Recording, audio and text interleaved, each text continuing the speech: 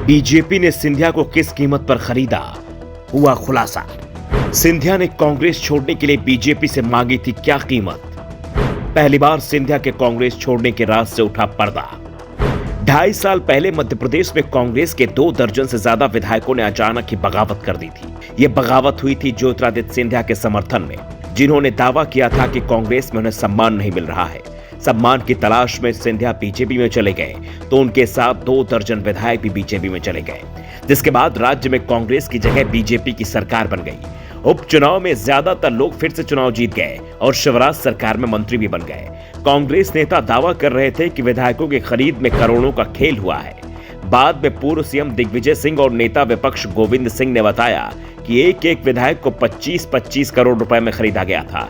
उन्हें 25 करोड़ का लालच दिया गया था, लेकिन किसी को पूरे पैसे नहीं दिए। सिंधिया ने अपने समर्थकों को भी धोखा दे दिया। बात 25 करोड़ रुपए देने की हुई, लेकिन दिए 15 करोड़ ही। लेकिन सवाल ये उठ रहे थे कि विधायक तो 25-25 करोड़ में बिक गए, लेकिन सिंधिया की बीजेपी ने क्या कीमत लगाई, क्योंकि राज्यसभा का टिकट तो कांग्रेस भी दे रही थी। सिंधिया कांग्रेस में रहते तो वो कांग्रेस से राज्यसभा सदस्य होते और बीजेपी ने भी उन्हें राज्यसभा में ही भेजा। ऐसे में सिर्फ राज्यसभा टिकट के लिए सिंधिया ने पाला नहीं बदला। अगर बात सीएम पद को लेकर है तो बीजेपी ने भी सिंधिया को सीएम नहीं बनाया। कमलनाथ के हाथ में ही प्रदेश की कमान सौंपी और इस बात के भी संकेत दे दिए कि 2023 में भी बीजेपी कमलनाथ के नेतृत्व में ही चुनाव लड़ेगी। सरकार बनी तो कमलनाथ ही मध्य प्रदेश के सीएम होंगे, यानी सिंधिया का सीएम बनने का सपना तो बीजेपी में भी पूरा नहीं हो रहा।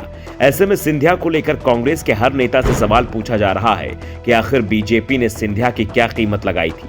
राहुल गांधी भारत जोड़ो यात्रा के साथ एमपी पहुंचे तो उनसे भी सवाल हुआ, लेकिन उन्होंने सिर्फ इतना कहा कि 20 से 25 भ्रष्ट लोग थे जो कांग्रेस छोड़कर चले गए। लेकिन सिंधिया को लेकर राहुल ने कोई जवाब नहीं दिया। जवाब देने का जिम्मा मध्य प्रदेश कांग्रेस और केंद्रीय नेतृत्व पर डाल दिया। और जब सिंधिया को लेकर सवाल कांग्रेस आईटी सेल के प्रमुख जयराम रमेश से किया गया कि बीजेपी ने सिंधिया की क्या कीमत लगाई, तो जयराम रमेश ने इसका जो जवाब दिया वो कांग्रेस का कोई नेता अभी तक नहीं दे पाया था। ज्योतिरादित्य सिंधिया राज परिवार से आते हैं। उनकी संपत्ति कई हजार करोड़ है। जिस घर में वो रहते हैं घर नहीं, उसे महल कहते हैं। उस महल की कीमत ही 400 करोड़ से ज्यादा है। ऐसे में सिंधिया को पैसे से बीजेपी नहीं खरीद सकती थी।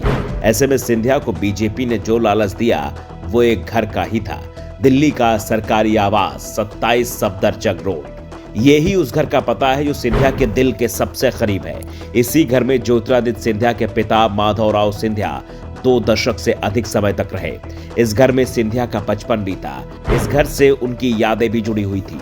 ऐसे में बीजेपी ने जब सिंधिया को मंत्री पद के साथ 27 सफदरजंग रोड का ऑफर दिया तो सिंधिया कांग्रेस छोड़ बीजेपी में चले गए। इस घर को लेकर बीजेपी ने अपना वादा निभाया भी।